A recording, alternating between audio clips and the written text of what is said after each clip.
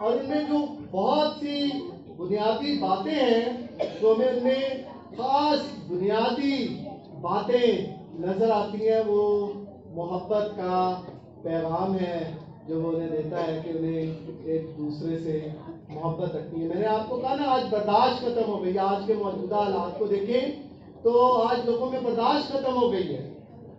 ठीक है, आज के अगर आप मौजूदा हालात को देखें तो लोग एक दूसरे से झूठ बोल रहे हैं। आज लोग एक दूसरे को हौसला अफजाई नहीं करते और ये चीजें हमारे एक दूसरे को कबूल नहीं करते। तो हमें आज के दौर को पहचानने की जरूरत है। अगर आप 11वीं आयत को देखें तो मुकद्दस पौलुस रसूल रोमियो की कलीसिया को कहता है, और वक्त पर को पहचान कर ऐसा ही करो, इसलिए कि अब वो घड़ी आ पहुंची कि तुम नींद से जागो, क्योंकि जिस वक्त हम ईमान लाए थे उस वक्त की निस्बत अब हमारी निजात नजदीक है। अब हमारी क्या है? निजात नजदीक है। तो हमें क्या होने की जरूरत है? जागने की जरूरत है।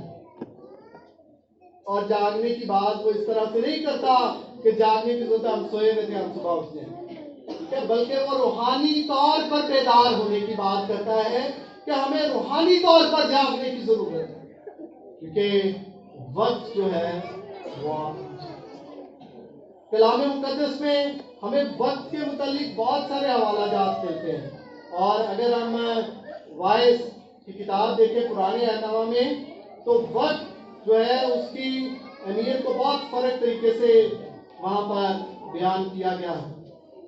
दूसरा बात देखें तो वहां पर हम इस बात के बारे में जानते हैं कि हर एक चीज का खुदा के हुजूर में एक वक्त मुकर्रर है।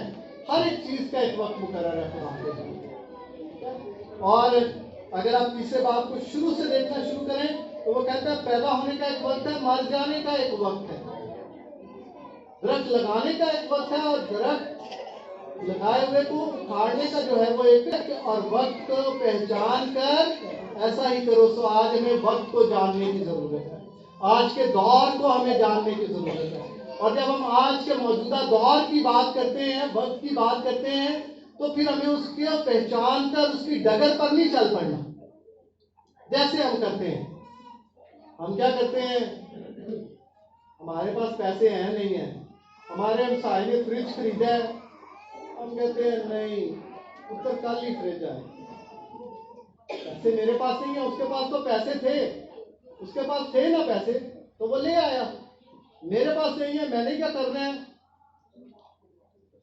किस्ता वाले जिंदाबाद, किस्तों पे आ जाएगा। अब आ गया, उस वक्त आ गया, बड़ी खुशी हुई। अब जब हर महीने किस्त निकल रही है ना, तो हम क्या करते हैं? अच्छा वो कर रहा है मैं भी कर लूंगा तो क्या है? अच्छा वो रिश्वत लेता है मैं भी ले लूंगा तो क्या है? वो झूठ बोलता है मैं बोल लूंगा तो क्या है?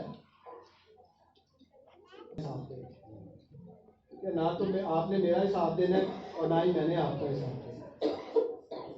तो हम देखें कि हम कैसे खुदा के साथ चल रहे हैं। वो कहता है कि वक्त को पहचान कर अब क्या करो? अब नींद से जागो, बेदार हो जाओ। हमें रूहानी तौर पर जागने की जरूरत है। ये नहीं कि वक्त को पहचान लिया तो जिस तरह से दुनिया चल रही है, लोग चल रहे हैं, मैं भी वैसे ही चलना शुरू करूं। बल्कि जब मैंने वक्त को पहचाना है तो फिर मुझे उसके मुताबिक अपने आप को देखकर रूहानी तौर पर बेदार होते हुए खुदावन में भरने की जरूरत है, खुदावन में चलने की जरूरत है, खुदावन में मजबूत होने की जरूरत है। आज मुझे और आपको ये देखने की जरूरत है कि खुदा मुझे कैसा देखना चाहता है।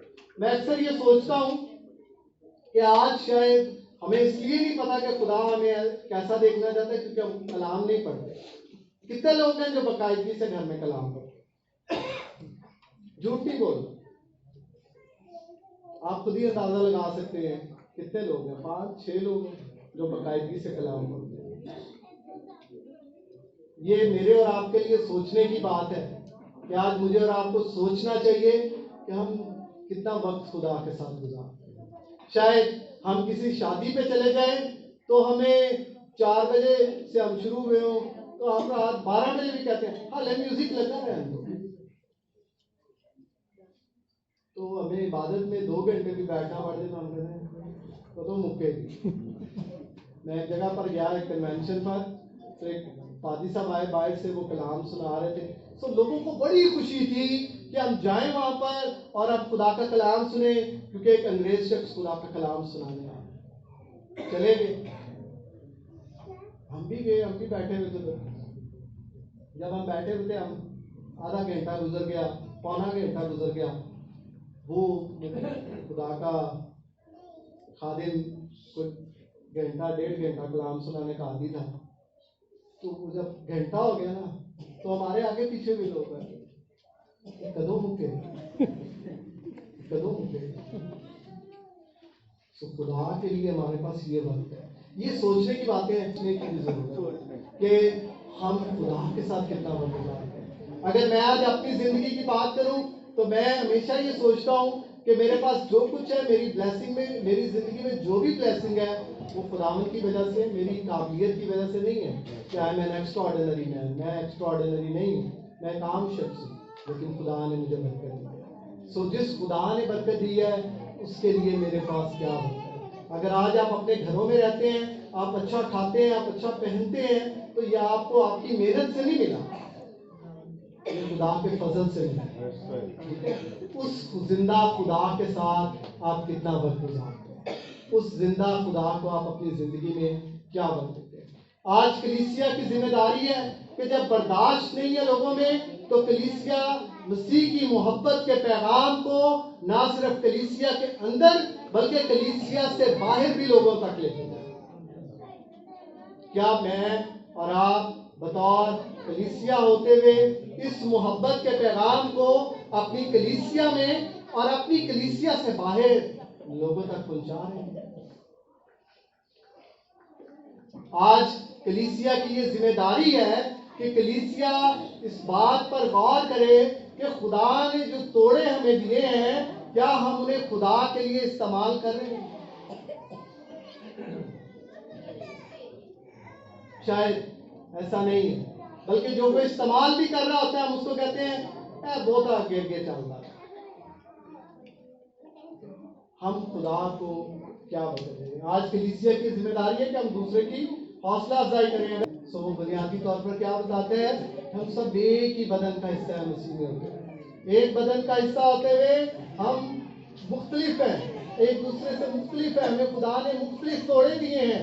सो हम उन तोड़ों को किस तौर से खुदा के जलाल के लिए इस्तेमाल करें। तो कहें भाई आप बजा तबला बजा सकते तो वेरी गुड, वेल डन, खुदावंद की और बल्कि हम क्या कहते, नहीं बैठ जो, अभी आप छोटे हो, वो बड़े भाई बजाते हैं ना, ठीक है कोई बात नहीं, जब आप बड़े हो फिर आप बजाते। जो तोड़े खुदा ने दिए हैं उनको खुदा के लिए। आज कलीसिया की जिम्मेदारी है कि हम अपने नौजवानों को, अपने बच्चों को जो टेक्नोलॉजी के दौर में जी रहे हैं, उन्हें ये बता सकें कि मिसल है वो खुदा के कलाम से बहुत दूर है, इसलिए कि उनको डेली बाइबल रीडिंग की आदत हमारे पेरेंट्स ने नहीं डाली, हमने नहीं डाली बतौर पेरेंट्स, हमारे पेरेंट्स ने हमें डाली। मैंने अपने पेरेंट्स से सीखा, मैं अपने दिन का आगाज कलाम पढ़े बगैर नहीं करता। इनफैक्ट मैं अपने बेडरूम से बाहर ही नहीं आता जब तक मैं दुआ नहीं कर लेता। तो मेरी आदत मेरे पेरेंट्स ने डाली, ठीक है। क्या मैं बतौर माँ या बाप होते हुए अपने बच्चों को ऐसी आदत डाल दूं? ऐसा नहीं, बहुत कम है, बहुत कम नजर आता है, ठीक है। सो आज बतौर कलीसिया होते हुए हम सारा कुछ पादरियों पे डाल देते हैं। हम कहते हैं साड़ी कलीसिया के खादम में जो साढ़े बच्चे जवान हो सन उधर तवज्जो ही नहीं की, उसने नहीं की, आपने कितनी की? उसको तो आपने कसूरवार ठहरा दिया। आप चले यही बता दें आपने कितनी कि मेरा कौन सा भाई, कौन सी बहन जो है वो इस वक्त दुख में है,